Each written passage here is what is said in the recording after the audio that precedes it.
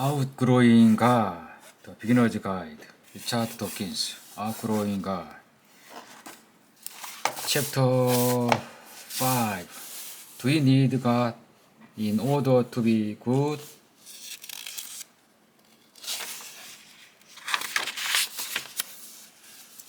In the exceptionally vigorous American election campaign of 2016, the Democrat Party was trying to choose between two leading candidates, Bernie Sanders and Hillary Clinton.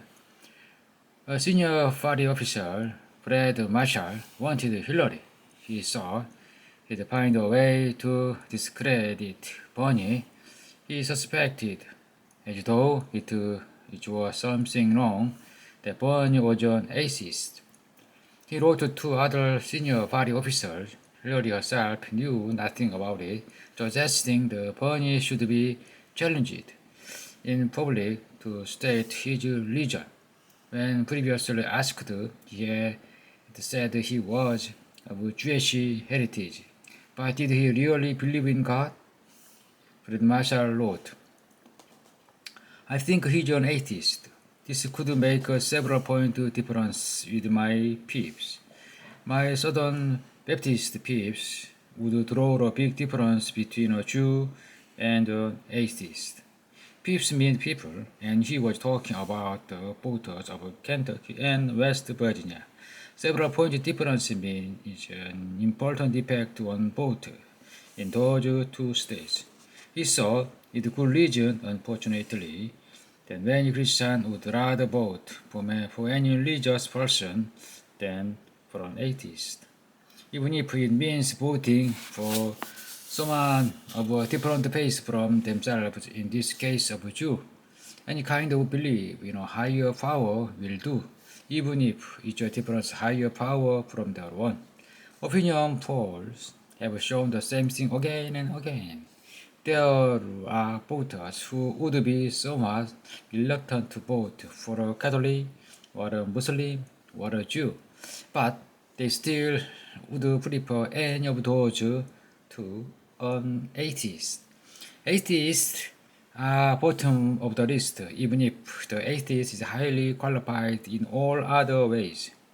This graceful, as I think it is, it's no wonder that Brad Marshall wanted to expose alleged atheism of the candidate he didn't favor. The United States Constitution says that no religious test shall ever be required as a qualification to any office or public trust under the United States. Admittedly, Marshall wasn't asking for a legal ban on atheists standing for a presidency, which really would have violated the Constitution. Of course, voters are allowed to notice a candidate's religion when privately casting their vote, but Marshall was deliberately appealing to voter prejudice against the spirit of the Constitution.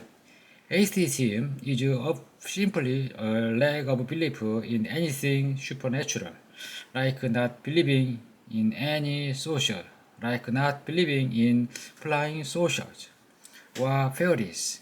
Politicians have to make decisions on things like economic policy, foreign affairs, health and social welfare, legal matters. Why should believe in the supernatural make someone take better political decision? I'm sorry to say that lots of people seem to think you need to believe in some sort of God, any kind of higher power in order to have any chance of being moral or being good, or that without believing in a higher power, you do have no base for knowing right from wrong, good from bad, moral from immoral. This chapter looks at the whole question of moral and morality, what good means as opposed to bad, and whether we need to believe in God or gods or some sort of higher power in order to be good. So why should somebody think you need God in order to be good? I can think of only two reasons, both bad ones. One is that the Bible, the Quran, or some other holy book tell us how to be good, and without the book of rules, we wouldn't know what's right and what's wrong. We dealt with the good book in the previous chapters, and we return to whether we should follow it in this one. The other possible reason is that people have such a low regard for humans that they think we, politicians included, will only be good if somebody, God, if nobody else, is watching us.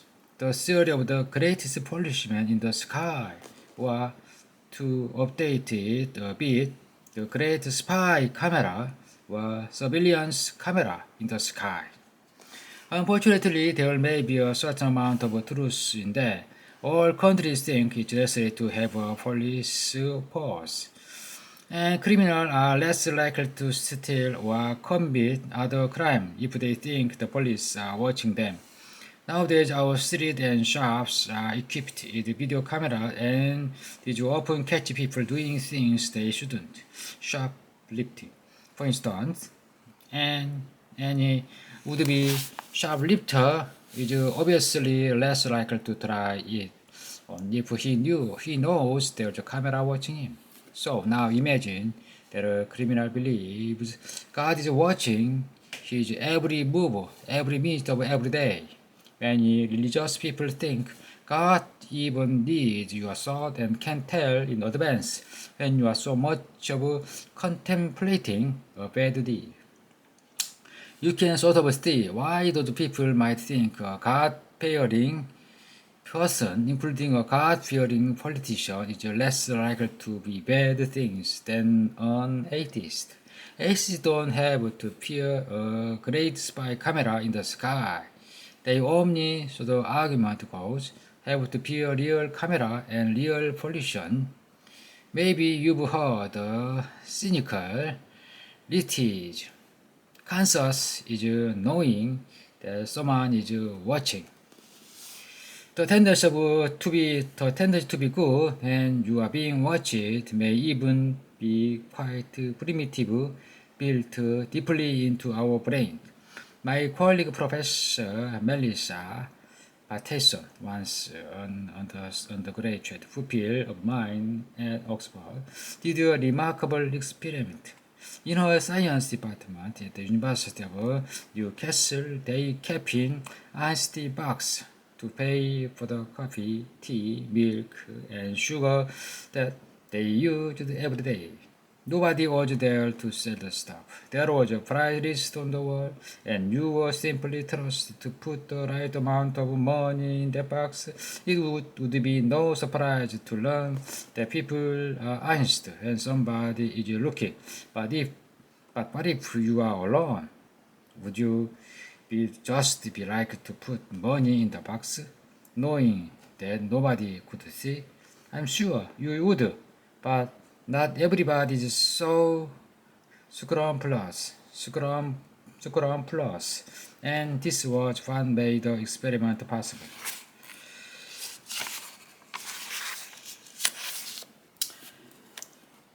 Every week, Melissa put up the price list in the coffee room, and every week the paper was decorated with a picture at the top. Sometimes the picture was flowers, not flags, the same flowers, but flowers. In other weeks, the picture was a pair of eyes, a different pair of eyes each time.